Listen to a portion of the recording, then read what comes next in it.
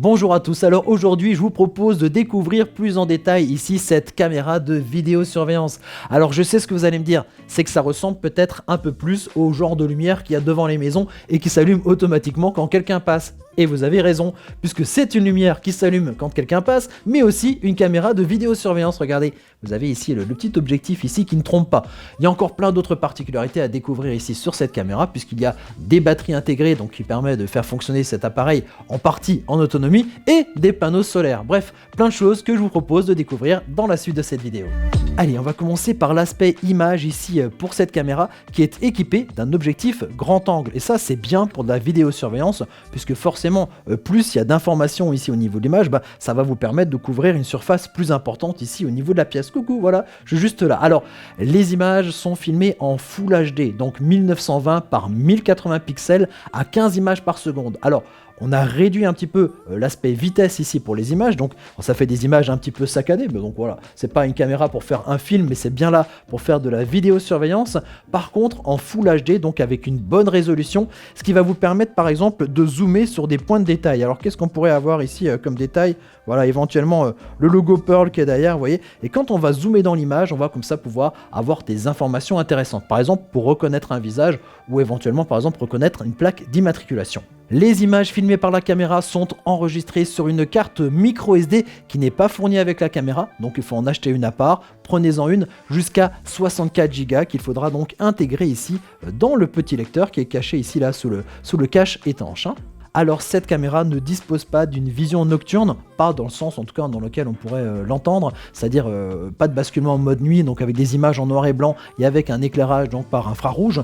Par contre ici cet objectif a une ouverture très très large, très très grande à 2,8, donc ça fait des images très lumineuses et tout ça, ça a un sens puisque on n'a pas besoin de vision nocturne tout simplement puisqu'il y a l'éclairage ici qui est intégré.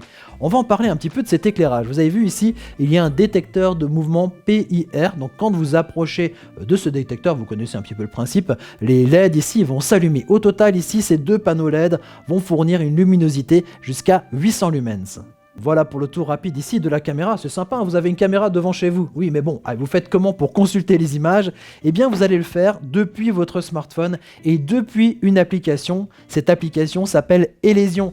Vous m'entendez souvent parler d'Elysion puisque c'est une application unique qui permet de contrôler de très nombreux produits que vous retrouvez sur notre site internet. Cette application existe sous iOS et sous Android, vous la téléchargez, vous l'installez, alors la première fois il faudra créer un compte, voilà, mais en tout cas vous allez pouvoir comme ça ajouter ensuite la caméra. Alors comment ça se passe? Eh bien sur la page d'accueil vous avez le petit bouton plus, vous allez vous mettre sur le plus et donc on va aller tout de suite dans le menu caméra puisque c'est une caméra IP. Vous allez ensuite ajouter la caméra, vous allez voir, il y a des petites lumières qui s'allument et tout ça, jusqu'à avoir un QR code qui va s'afficher sur votre téléphone et ce QR code qui est sur votre téléphone, il faudra le présenter devant la caméra. Vous allez avoir un petit bip bip, bien sûr, il faudra rentrer les identifiants de votre connexion Wi-Fi, puisque cette caméra va se relier en fait au niveau de votre réseau Wi-Fi grâce à ces petites antennes. C'est vrai, ça je l'ai pas dit, c'est grâce au Wi-Fi que les images sont transmises donc à partir de la caméra jusque sur votre box internet et depuis votre box internet partout dans le monde. Donc là, le téléphone, il est juste à côté de la caméra, mais je pourrais consulter cette caméra, même si j'étais en Australie, pourquoi pas, voilà, pourvu que j'ai en fait un réseau au niveau de mon téléphone, un réseau 3G ou 4G pour pouvoir consulter les images. Une fois que la caméra est associée à votre smartphone, vous allez pouvoir rentrer dans la configuration ici de la caméra et régler plein de petites choses bien sympathiques. Alors, on peut changer le nom de la caméra, on peut lui attribuer une pièce, ça va avoir de l'intérêt quand vous allez créer ensuite des scénarios, quand vous avez plein de produits comme ça qui vont être compatibles. On peut par exemple, une fois que la caméra détecte quelque chose, vous faire le café, allumer le chauffage, baisser les volets, bref, vous allez pouvoir créer comme ça des combinaisons de fonctions à partir ici de l'application Elysion. Ça c'est une autre histoire, nous on va revenir bien sûr sur la caméra. Donc on a ici les images en direct de la caméra, ici sur l'écran. Je vais pouvoir faire plein de choses, je vais pouvoir prendre une photo, une capture d'écran, je vais pouvoir aussi me filmer directement, je vais pouvoir, surtout là ça devient intéressant, configurer la caméra ici sur le petit crayon qui est juste au-dessus. Alors pour configurer la caméra, vous allez pouvoir, donc comme je vous ai parlé un petit peu, voilà, des scénarios possibles, vous allez pouvoir faire des paramètres de base, c'est-à-dire en fait pivoter l'image, ça c'est c'est dans le cas où votre caméra serait par exemple à l'envers, ce qui à mon avis pas le cas ici. Vous allez pouvoir mettre en fait ce qu'on appelle un timecode, c'est-à-dire en fait mettre la date et l'heure sur la vidéo. Ça peut être intéressant si vous voulez l'utiliser par exemple au niveau des assurances par la suite, et choisir le mode interphone. Donc il y a un petit mode interphone sur cette caméra qui est sympa, c'est-à-dire que forcément, quand vous suivez en direct, vous pouvez activer le son. Vous voyez, mais vous entendez aussi ce qui se passe chez vous. Et vous allez pouvoir communiquer en parlant à partir depuis votre smartphone, par exemple, en parlant ici avec les petites enceintes qui vont sortir ici de la caméra. Ça peut être pratique, par exemple, pour dissuader un voleur, ou même, par exemple, donner des indications à un livreur. Voilà, il sonne chez vous, la caméra le repère, et vous dites « Ah oui, vous pouvez laisser le colis et posez-le devant la porte, il n'y a pas de souci, j'arriverai tout à l'heure. » Alors que vous êtes en Australie, toujours. Autre paramètre que vous allez pouvoir régler, c'est la sensibilité du commutateur PIR. Qu'est-ce que c'est que cette histoire-là? Le PIR, c'est le détecteur de mouvement. Alors, on pourrait croire d'emblée qu'il faudrait mettre en fait la détection sur élevé. C'est valable dans la plupart des cas, mais pas toujours, puisque si vous avez une petite branche qui bouge en permanence devant votre caméra, chaque fois la caméra et le détecteur va croire en fait qu'il y a du mouvement, qu'il y a quelque chose qui se passe, donc ça va commencer à enregistrer, donc ça va vous envoyer une notification sur votre téléphone. Au bout de la 500e notification, vous allez comprendre qu'il va falloir baisser la sensibilité ici donc du détecteur, donc voilà, il faudrait qu'il y ait un peu plus de mouvement pour enclencher comme ça la détection. Donc c'est ici que ça se fait. Vous allez pouvoir régler aussi par exemple des paramètres donc d'alimentation. C'est intéressant par exemple pour ce qu'on va voir après au niveau de l'autonomie ici de la caméra. Donc vous avez un visuel ici sur les capacités ici de la batterie. Vous avez aussi la possibilité de changer un petit peu tout ce qui est paramétrage de stockage, c'est-à-dire que vous pouvez formater la carte SD. Vous avez aussi un visuel sur ce qui vous reste en termes de capacité sur la carte, sachant que voilà, les anciennes vidéos, les anciens documents vidéo vont être remplacés par les nouveaux qui sont enregistrés. C'est aussi important parce que si vous avez quelque chose, par exemple une épreuve ou des choses à récupérer au niveau des images, faites-le rapidement au niveau de votre téléphone, sinon effectivement ça sera remplacé. Et sinon, du côté du stockage, si vous voulez encore plus de sécurité que cette carte micro SD, vous avez la possibilité de souscrire à un abonnement supplémentaire. Alors c'est pas Pearl qui le gère, mais effectivement vous le voyez, c'est acheter du service à valeur ajoutée.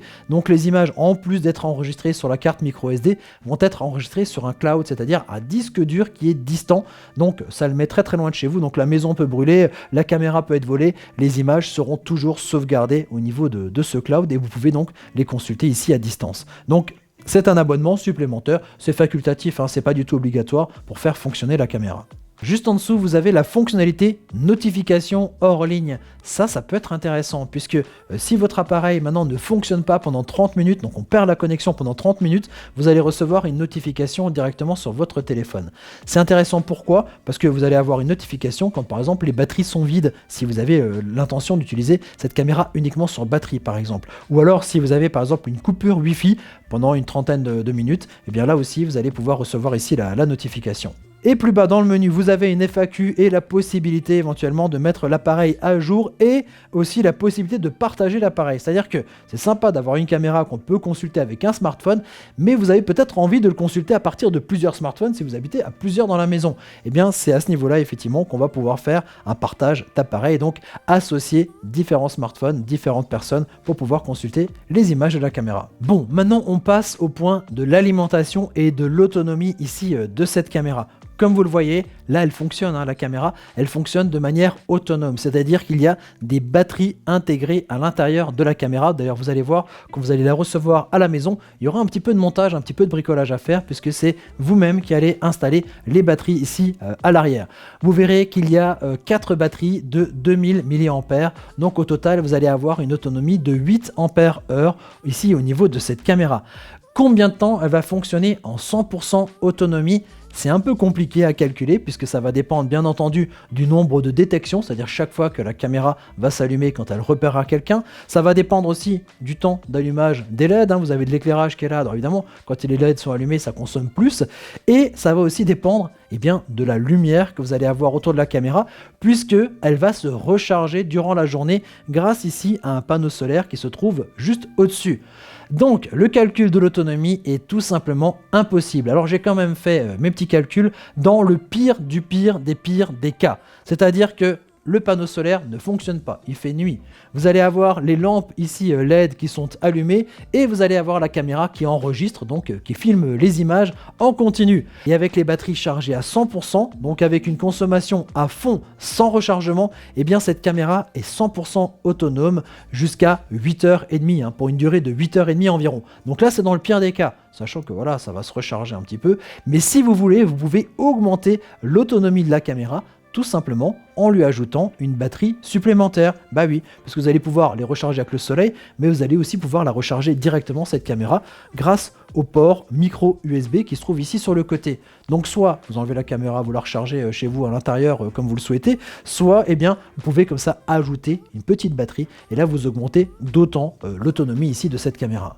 Vous avez bien entendu toujours la possibilité de mettre cette caméra en alimentation directe en passant donc par le port ici micro USB et en tirant une rallonge jusqu'à une prise secteur de votre maison. Vous avez vu ici le petit système de fixation à l'arrière pour pouvoir mettre cette caméra sur un mur chez vous.